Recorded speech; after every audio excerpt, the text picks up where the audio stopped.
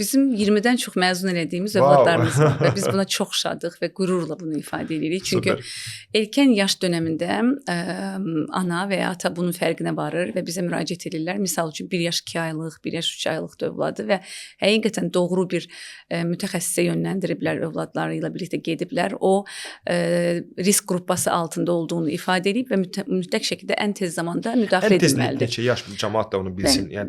Əslində Amerikada artıq yeni bir adlandırma var ki, risk qrupası altındakı uşaqlar. Aha. Və bu nə deməkdir? Bu gələcəkdə autizm olacaq mənasına gəlmir, amma olma risk ehtimalının var. olur, riskin nə olduğunu, bəli. Və Amerikada 6 ayla 9 aylıq bir müddət arasındakı uşaqlarda artıq risk qrupasında olub olmadığını müəyyənləşdirmək mümkündür. Çünki siz özünüz də atasınız. 6 aylıq bir övlad artıq indiki övladlar daha çox valideyni görəndə gülümsüyürlər, həyəcanlanırlar, özlərini atalarına, analarına doğru atırlar, qığıldamağa başlayırlar, hecalar söyləyirlər və s.